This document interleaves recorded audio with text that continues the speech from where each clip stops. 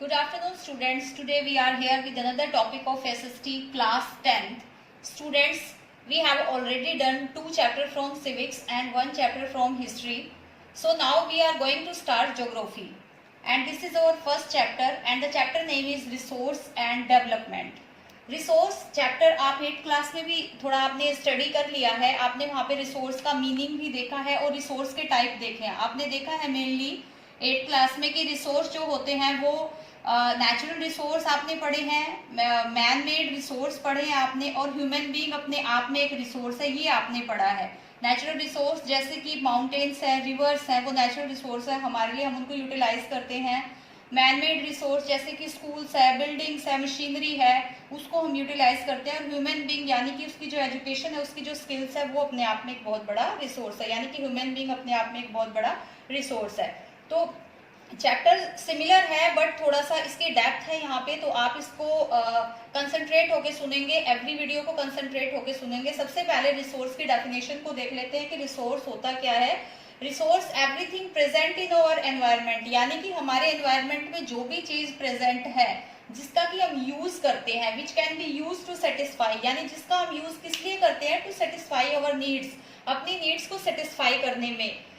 जैसे अभी students online study चल रही है, तो जो ऑनलाइन स्टडी में जो भी चीज आपकी यूज हो रही है, सपोज जो इंटरनेट यूज हो रहा है, मोबाइल यूज हो रहा है, जिसके थ्रू आप अपनी स्टडी गेन कर रहे हो, तो एट प्रेजेंट आपके लिए बेस्ट रिसोर्स है, क्योंकि आप अपनी नीड्स को फुलफिल कर पा रहे हो इससे.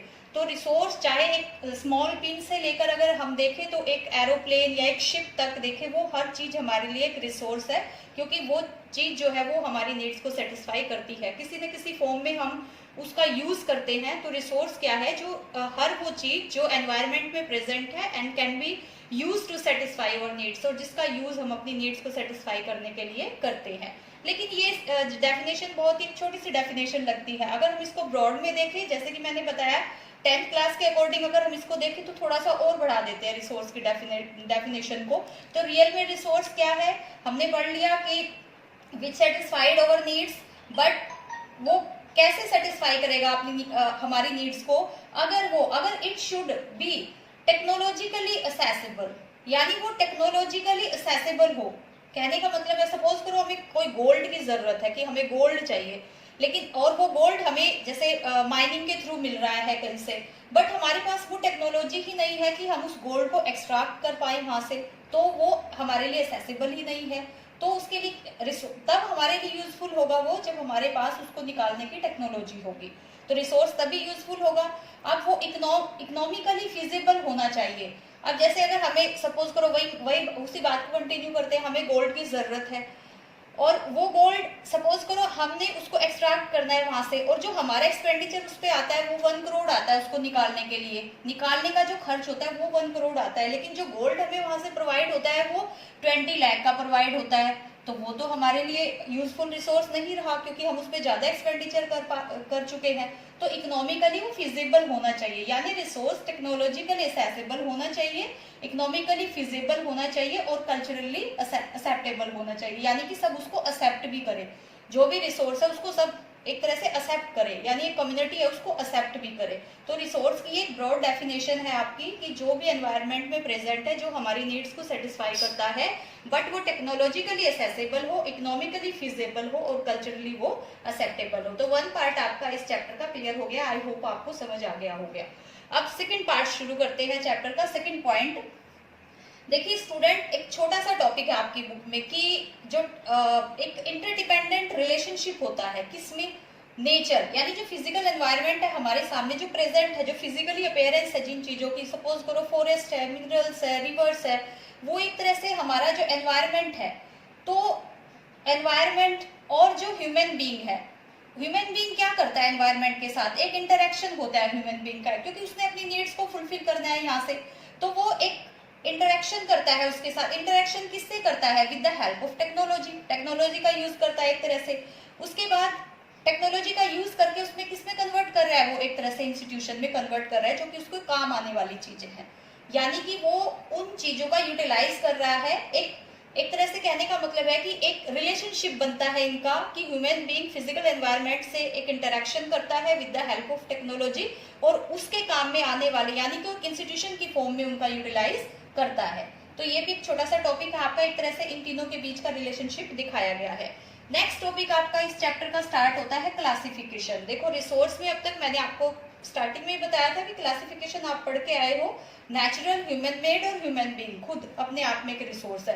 अब क्लासिफिकेशन थोड़ा और बड़ा हम कर देते हैं इसको, कुछ एक तो आपने इसमें स्टडी कर लिए होंगे पहले, लेकिन अब इसको थोड़ा सा और ब्रॉड ले जाते हैं। तो हम क्लासिफिकेशन करते हैं रिसोर्स का कि रिसोर्स को हम कितने पार्ट में डिवाइड कर सकते हैं, उसका हमने एक तरह से बेस बना दिया है। अब हम जो क्लासिफिकेशन कर रहे हैं वो बेस है, मतलब इसका कि किस बेस पे हम इसका क्लासिफिकेशन कर रहे हैं। सपोज करो जैसे आपकी क्लास में हमने बहुत सारे स्टूडेंट्स कोई इवेंट करने जा रहे हैं, तो किस बेस पे उसको ले रहे हैं हम। सपोज करो स्पोर्ट्स के लिए ले रहे हैं, तो वो क्या उसमें कैपेबल है कि नहीं है, तो स्पोर्ट के बेस पे हम उसको ले रहे हैं। सपोज करो कोई भी आप मतलब कोई भी एग्जाम कुछ भी ऐसा चीज हो रहा है, तो कुछ बेस होता है उसका जिस पर कि हम उसको क्लासिफाई करते हैं। तो सबसे पहला जो क्लासिफिकेशन है वो basis of origin. Origin means होता है कि किस तरीके से, यानी उनका एक तरह से वो किस तरीके से बने हैं। तो on the basis of origin में हम रिसोर्स को डिवाइड करते हैं टू पार्ट्स में, one is biotic and second is abiotic. Obvious है, नाम से ही पता लग रहा है, बायोटिक मीन्स लिविंग थिंग्स, जो भी लिविंग थिंग्स है हमारी फ्लारा फना जो भी है, प्लांट्स है, एनिमल्स वर्ल्ड है, एक तरह से वो सारा हमारा बायोटिक रिसोर्स है। अबायोटिक रिसोर्स जैसे नॉन लिविंग थिंग्स, यानी जो नॉन लिविंग थिंग्स है जैसे कि मेटल है, मिनरल्स है बहुत सारे, जैसे कि माउंटेन्स है, तो non living things are called abiotic resource and living things are called biotic resource, जिनका भी हम यूटिलाइज करते हैं। Next is on the basis of exhaustibility. Exhaustibility means क्या होता है कि वो दोबारा से तैयार हो सकता है कि नहीं हो सकता है, उस बेस पर, यानी कि वो कितने टाइम तक, एग्जैक्ट टाइम क्या है उसका, उस रिसोर्स का एग्जैक्ट टाइम क्या है, उसको एग्जॉस्टिबिलिटी बोलते हैं। उसके बेस पर हम रिसोर्स को फिर से अगेन टू टाइप्स में डिवाइड करते हैं, one is renewable resource and second is non renewable resource. अब रीन्यूएबल रिसोर्स क्या है, which have ability to renew, the resource which have ability to renew, यानी कि जिनको रीन्यू किया जा सकता है, दोबारा से बनाया जा सकता है, जैसे कि सोलर एनर्जी दोबारा से बनाई जा सकती है। तो इसी तरीके से जो रिसोर्स हम जिसका यूटिलाइज रिसाइकलिंग के थ्रू या किसी भी मेथड के थ्रू हम उसको दोबारा से बना सकते हैं या उसको किसी दूसरी चीज में कन्वर्ट कर सकते हैं, वो रीन्यूएबल रिसोर्स होते हैं। नॉन रीन्यूएबल नाम से ही पता चल रहा है, जिसको कि रिन्यूड नहीं किया जा सकता, resource which can not be renewed, जिसको दोबारा से रिन्यूड नहीं किया जा सकता, यानी उसकी एग्जॉस्टिबिलिटी, यानी अगर एक बार वो खत्म हो जाता है तो उसको दोबारा से बनाया नहीं जा सकता। जैसे कि कुछ एक ऐसे मिनरल्स है हमारे यहाँ पे, जैसे कोयला है, पेट्रोलियम्स है, ये ऐसी चीजें हैं जिनको कि दोबारा से रिन्यूड नहीं किया जा सकता। उसके बाद थर्ड हमारा आ जाता है इसमें, third on the basis of ownership. वैसे हमने क्लासिफाई 4 पार्ट में होता है, लेकिन मैंने आपको अभी मैं 3 पार्ट्स में डिवाइड करा रही हूँ क्योंकि फोर्थ काफी थोड़ा सा डीप में है, तो हम उसको बाद में नेक्स्ट वीडियो में करेंगे। थर्ड है on the basis of ownership, ध्यान से समझना है students. First is individual ownership, यानी कि रिसोर्स किसका है, एक तरह से किसके अंडर आता है वो, इंडिविजुअल।